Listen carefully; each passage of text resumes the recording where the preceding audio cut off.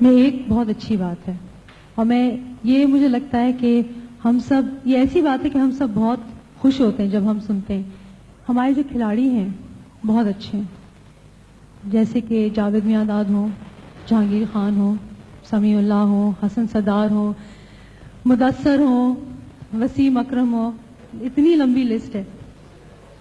کوئی اور، کسی اور کا نام یاد آ رہا ہے؟ ہاں، ویسے میں عمران خان کو بھولی نہیں. یہ ہے کہ ہم اس پروگرام میں عمران خان کا انٹرویو دکھائیں گے جو کہ ہم نے ان کے امریکہ جانے سے پہلے ریکارڈ کیا تھا، اور وہ ایسا انٹرویو ہے کہ جس میں ہم نے نہ ان سے کرکٹ کے بارے میں پوچھا تھا، نہ یہ پوچھا تھا کہ ان کی شادی کب ہو رہی ہے. ایسے موضوع پہ بات کی تھی جو ان کے لیے بہت امپورٹنٹ ہیں، اور ہم چاہتے ہیں کہ آپ لوگ سب وہ انٹرویو دیکھیں، اور ہمیں امید ہے کہ آپ لوگوں کو انٹرویو پسند آئے گا. عمران صاحب، جو آپ کی پچھلی 2 کتابیں جو آپ نے لکھی تھیں وہ تو زیادہ تر کرکٹ کے بارے میں تھیں، لیکن اب جو کتاب آپ لکھ رہے ہیں اس کا تو ایک کوئی الگ ہی موضوع ہے، تو آپ ہمیں بتائیں گے کہ کس پہ لکھ رہے ہیں کتاب؟ یہ کتاب انڈس کے اوپر ہے، اور اس کو لکھنے کا میں نے اس لیے سوچا کیونکہ میں نے ایک چیز ریئلائز کی کہ پاکستان کے باہر اور پاکستان میں بھی لوگوں کو اس چیز کا آئیڈیا ہی نہیں کہ پاکستان کی کتنی عظیم ہسٹری ہے، اور پاکستان میں کتنی خوبصورت جگہیں ہیں، اور کلچر کتنا فرق ہے لوگوں میں.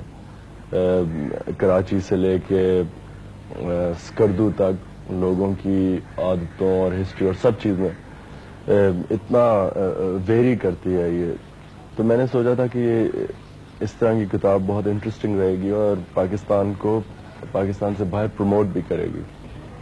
اچھا، اس سے پہلے کہ ہم کچھ اور باتیں کریں، میں چاہ رہی ہوں کہ آپ کو ہم مبارکباد پیش کریں اپنی طرف سے بھی اور ہمارے ناظرین کی طرف سے بھی، کیونکہ آپ پہلے پاکستانی ہیں جن کو یونیسیف نے اسپیشل ایمبیسڈر اپوائنٹ کیا ہے، اور سب سے بڑی بات یہ ہے کہ آپ پہلے ایشین ہیں جن کو ڈیولپنگ نیشن سے یہ اعزاز ملا ہے.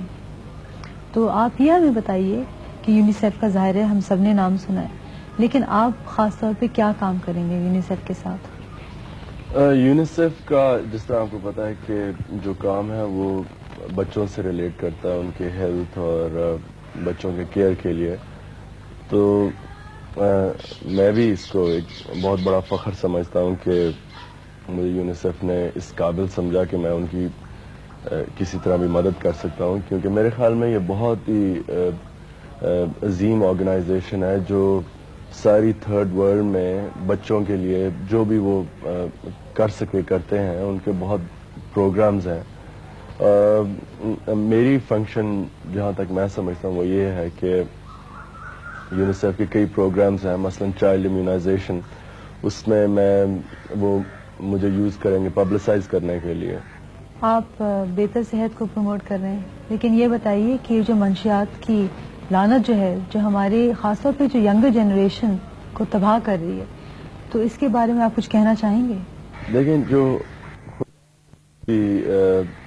کسی انسان کو بھی سب سے بڑی نعمت دے سکتا ہے وہ صحت ہے، اور مجھے اس چیز کی نہیں سمجھ آتی کہ جب لوگوں کو پتا ہے کہ منشیات سے صحت کے اوپر کتنا نقصان ہو سکتا ہے، اور صرف ایک انسان کی نہیں بلکہ پورے خاندان تباہ ہو جاتے ہیں، تو مجھے اس چیز کی نہیں سمجھ آتی کہ پھر بھی خاص طور پہ نوجوان لوگ اس چیز کے اوپر کیوں جاتے ہیں. اور میں صرف ایک ہی ایکسپلینیشن ہے اس کا، اور وہ یہ ہے کہ لوگوں کے پاس ٹائم بہت ہے، جو ان کو سمجھ نہیں آتی کیا کریں، یا بورڈم فیکٹر بہت زیادہ ہے. عمران خان، آپ ریٹائر کب ہوں گے؟ اگر میرے خیال میں کہ میں وہ اسٹینڈرڈ مینٹین کر سکتا ہوں جو میں نے اپنے لیے رکھی ہوئی ہیں، تو تب میں کھیل لوں گا. اور اگر میرا خیال کہ میں نہیں رکھ سکتا تو میں پھر ریٹائر تو نہیں ہوں گا لیکن اویلیبل نہیں ہوں گا. عمران صاحب، آپ ہمارے پروگرام میں آئے، آپ کا بہت شکریہ.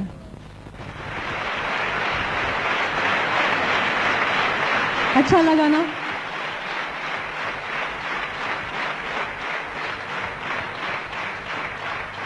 آپ لوگوں سے ایک بات پوچھنی ہے. اگر کوئی آئے اور یہ کہے کہ مجھے آپ کو نقصان پہنچانا ہے، تو کیا آپ خاموش تماشائی بن کے بیٹھے رہیں گے؟ اور اگر آپ کو یہ کوئی کہے کہ جو آپ کے عزیز ہیں، دوست یا گھر والے، وہ ان کا قتل کرنا چاہتے ہیں، ان کی جان لینا چاہتے ہیں، تو آپ چپ کر بیٹھے رہیں گے؟ لیکن اس کے باوجود کچھ ایسے لوگ ہیں جو غلط باتیں سن کر منشیات لیتے ہیں، ڈرگز لیتے ہیں اور اپنے آپ ہی کو بہت نقصان پہنچاتے ہیں.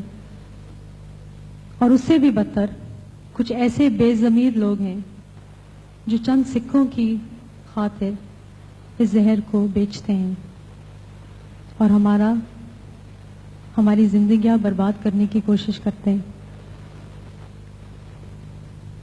تو میں سمجھتی ہوں کہ ہم نوجوانوں کو اپنا معاشرہ صاف کرنا چاہیے.